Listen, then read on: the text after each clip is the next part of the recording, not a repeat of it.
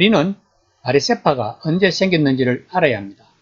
이들은 마카비 혁명 후 하스몬 왕조 때부터 시작이 되었습니다. 그러면 이들은 시리아의 안티파레스 왕의 탄압을 경험했다는 것입니다. 이 시대를 겪으면서 유대인들은 더욱더 하나님의 율법에 집착하게 됩니다. 바리새파들은 경건한 죄의식을 일상생활에 적용하여 지키려는 사람들입니다. 그러면 이들은 왜 이렇게 율법을 지키는 것에 대해서 목숨을 걸었을까요? 이스라엘이 멸망한 것은 하나님의 율법을 지키지 않고 이방신을 섬겼기 때문이라고 구약 성경에서 이야기를 하였기 때문입니다. 바리새인들은 안식일 규정에서는 더욱더 철저히 지켰습니다. 이들은 성경에 나오는 규례보다 더 많은 것을 적용을 시켰습니다. 이런 이유는 안식일은 그들이 이스라엘 백성이라는 정체성을 이야기하기 때문이었습니다. 이런 배경을 가지고 오늘 본문을 이해하면 좋을 것입니다. 본문 6장 1절에서 2절 말씀입니다. 안식일에 예수께서 밀밭 사이로 지나가실 때 제자들이 이삭을 잘라 손으로 비비어 먹으니 어떤 바리새인들이 말하되 어찌하여 안식일에 하지 못한 일을 하느냐. 그 당시 문화에서는 나그네가 굶주림을 채우기 위해 다른 사람의 밭에서 곡식을 따는 것은 위법이 아니었습니다. 당시에는 안식일을 엄격하게 지키는 것이 유대교의 중요한 의무 중 하나였습니다. 그런데 율법학자들은 안식일 규례를 엄청나게 많게 규정해 놓았습니다. 그 결과 안식일을 지키는 것은 완전히 형식주의로 전락해 버렸습니다. 그러므로 그와 같은 원칙과 형식을 고집하는 바리새인들이 안식일 준수의 참된 의미를 중요시하신 예수님의 태도를 비난하고 나선 것입니다. 6장 3절에서 4절 말씀입니다. 예수께서 대답하여 이르시되 다윗이 자기 및 자기와 함께한 자들이 시장할 때에 한 일을 잊지 못하였느냐. 제사장 외에는 먹어서는 안 되는 전설병을 먹고 함께한 자들에게도 주지 아니하였느냐. 다윗은 그 당시 자기를 따르는 무리들과 사울을 피해 도망을 다니고 있었습니다. 다윗은 이미 사무엘에게 왕으로서 기름을 부음 받은 뒤였습니다. 예수님은 왜 다윗의 예를 들었을까요? 예수님 또한 자기를 따르는 몇 명의 제자들과 하나님의 복음을 전하기 위해 다니고 있었습니다. 기름 부음을 받을 수 있는 자들은 왕과 메시아와 대제사장들입니다.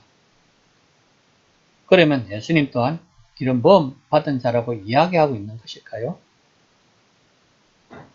5절 말씀입니다. 또 이르시되 인자는 안식일의 주인이라 하시더라. 이 말씀은 예수님 자신이 메시아로서 그리고 인자로서 안식일을 어떤 정신과 방법으로 준수하셨는가를 분명히 밝혀주고 있습니다.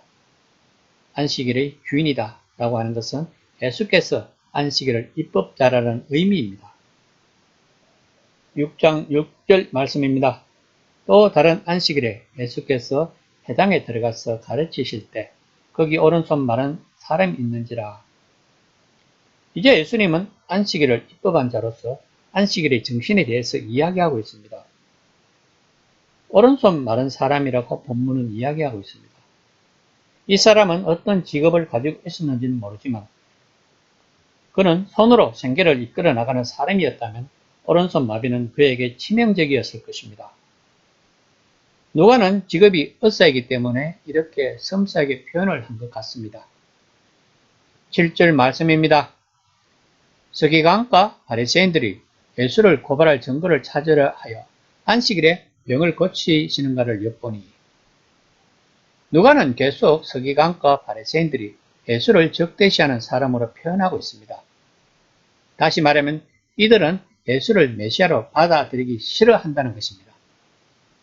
누가 복음을 읽는 첫 독자는 이방인입니다.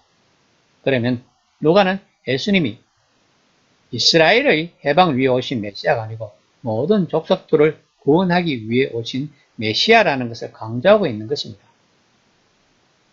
9절 말씀입니다. 예수께서 그들에게 이르시되 내가 너희에게 묻노니 안식일에 선을 행하는 것과 악을 행하는 것, 생명을 구하는 것과 죽이는 것 어느 것이 옳으냐 하시며, 이 당시 안식일에는 아주 위급한 처지가 아니면 병 치료를 하면 안 되었습니다. 바리새인들이 보기에 손 마른 사람은 목숨이 위급한 사람이 아니었기 때문에 예수님의 치유행위는 안식일에 위반되는 행위였던 것입니다. 본절 말씀은 형식과 윗선의 허물을 쓰고 사람이 진정한 아픔과 필요를 겉들어 보지 않는 자들의 비정함을 악행 내지는 살인 행위로 규정하고 있다는 것을 의미합니다. 6장 10절 말씀입니다.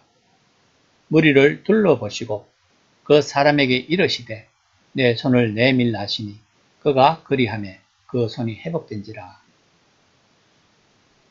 예수님은 안식일에 병자를 고치심으로써 바리새인들에게 무엇을 이야기하고 싶은 것일까요? 아마도 바리새인들에게 너희가 안식일을 잘못 알고 있다는 것을 이야기해 주고 싶은 것은 아닐까요? 예수님이 하신 사역은 이렇게 율법의 정신을 가르치는 것입니다. 다시 말하면 성경에서 하나님이 무엇을 원하고 계시는지를 설교를 하고 있는 것입니다. 바리새인들은 하나님의 율법과 말씀대로 경건한 삶을 살아가고 있는 사람들입니다. 그런데 예수님은 왜 이들에게 칭찬을 해주지 못할 망정 계속 그들을 가르치시려 할까요? 이들이 하나님의 뜻을 잘못 이해를 했기 때문입니다. 만약에 바리새인들이 하나님의 뜻을 올바르게 이해를 했다면 예수님이 이 땅에 오셨을까요? 6장 11절 말씀입니다. 그들이 노기가 가득하여 예수를 어떻게 할까 하고 서로 의논하니라. 왜 이들은 노기가 가득할까요? 아마도 자기들이 정해놓은 규율을 어겼기 때문일 것입니다. 그들에게는 하나님의 사랑이 느껴지지 않습니다. 이것은 오늘날 교인들에게도 똑같이 일어나는 일입니다. 왜 교회마다 분쟁이 있는가요? 각자가 하나님의 말씀을 자기들이 유리한 대로 해석해서 그런 것입니다. 각자의 하나님이 있는 것입니다. 그래서 교회에서 일어나는 전쟁을 신들의 전쟁이라고 합니다. 이 전쟁은 타협이 없습니다. 그래서 세상의 법정으로 가는 것입니다. 과연 이것이 하나님이 원하시는 것일까요? 얼마 전 모 선교에서 운영하는 대한학교에서 많은 코로나 확진자가 나왔습니다. 그 선교의 대표가 이런 말을 했다고 합니다. 하나님은 참 과학적인 분이시다. 우리가 2,000명 정도가 수련회를 해도 코로나를 비켜가게 하셨다. 그런데 많은 확진자가 나왔습니다. 우리는 하나님의 말씀을 잘 알아야 합니다. 칼빈은 믿음은 곧 유일하신 참 하나님과 그가 보내신 자 예수 그리스도를 아는 것이라고 했습니다. 그러므로 우리는 하나님을 잘 알아야 합니다. 잘못 알면 바리새인들처럼 예수님에게 질타를 받을 것입니다. 그런데 우리가 하나님의 말씀을 잘 알고 있는지를 어떻게 알까요?